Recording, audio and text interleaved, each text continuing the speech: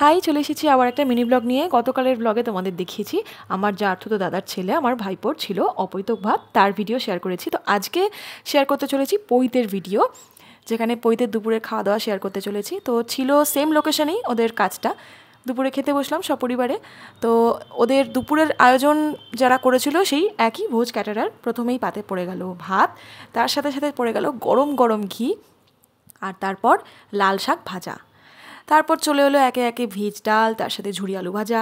দাদার বাড়ির দুপুরের যে কোনো কাজে একটা বিশেষত্ব হলো, এখানে দুপুরে কিন্তু ফ্রাই আইটেমে তোপসে ফ্রাইটা থাকবেই। তো এখানেও পৈতের দিনও এটা বাদ যায়নি। পাতে চলে এলো গরম গরম তোপসে ফ্রাই। আমি বলতে পারবো না আমি ঠিক ক পিস খেয়েছি, অগুন্তি খেয়েছি, কারণ এত ভালো লেগেছে আর আমি খুব ভালোবাসি। বাঙালি বাড়ির দুপুরের অনুষ্ঠানে ছ্যাঁচড়া থাকবে না এটা তো হতেই পারে না। মাছের মাথা দিয়ে ছ্যাঁচড়াটা খেতে অপূর্ব লেগেছিল। তারপর ছিল এই কাতলা কালিয়া, এটা খেতেও কোনো কথা হবে না, দারুণ ছিল। তোপসে ফ্রাই খেয়ে পেটটাকে তো একেবারে ভরিয়ে ফেলেছি।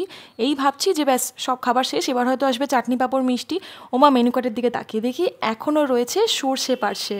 বাড়ি গিয়ে পরে আফসোস করতে হবে যে এ মা, সর্ষে পার্শেটা খেলাম না, অজ্ঞতা, নিয়েই নিলাম। পেটুক মানুষদের এই এক সমস্যা। তো যাই হোক, তারপর চলে এলো চাটনি পাঁপড়, তার সাথে চলে এলো হচ্ছে নতুন গুড়ের রসগোল্লা, আর তার সাথে সন্দেশ।